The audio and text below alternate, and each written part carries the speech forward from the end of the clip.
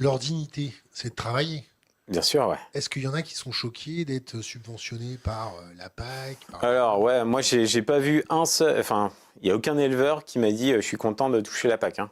Et ils rêveraient tous de se débarrasser de toutes les subventions pour être payés, pour juste être rémunérés au prix qui permet de couvrir ces dépenses. Comme je te disais, hein, beaucoup se sentent plus maîtres de rien. Ils sont chefs d'exploitation, ils prennent tous les risques financiers, avec tous les problèmes sanitaires qu'il peut y avoir avec le climat pour ceux qui cultivent, etc.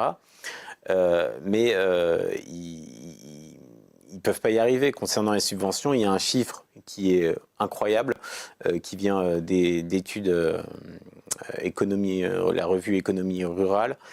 En 35 ans, entre 1980 et 2015, les subventions ont été multipliées par 11. Le revenu des exploitations a diminué de 17%.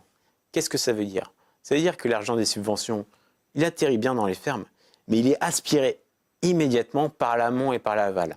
C'est quoi? Alors l'amont, c'est tous ceux qui vendent du matériel agricole, qui vendent les bâtiments, qui vendent les tracteurs, qui vendent l'alimentation animale, qui, dès qu'il y a des subventions qui tombent, hop, et ils gonflent les prix, ou ils proposent plusieurs produits, ils étendent leur Ils marché. gonflent les prix ou ils suivent les prix de l'inflation. Oh, ils suivent les prix de l'inflation et puis après, quand c'est en déflation, les prix sont toujours hauts. Ça, c'est documenté dans mon livre sur la vente de tracteurs, notamment, qui ont fait au moment où les Français et les Européens bloquaient toutes les autoroutes, là, au début de l'année 2024, le fabricant Claas, allemand, il sabrait le champagne parce qu'il avait des bénéfices records qu'il n'avait jamais connus, quoi. Ça vient d'où l'information qui sabrait le champagne? Je ne sais pas s'ils ont sabré le champagne, mais qu'ils ont annoncé des bénéfices records en grande pompe, ça c'était clair. Ouais. Et donc les subventions, ouais, ceux qui vendent aux agriculteurs en profitent pour monter les prix.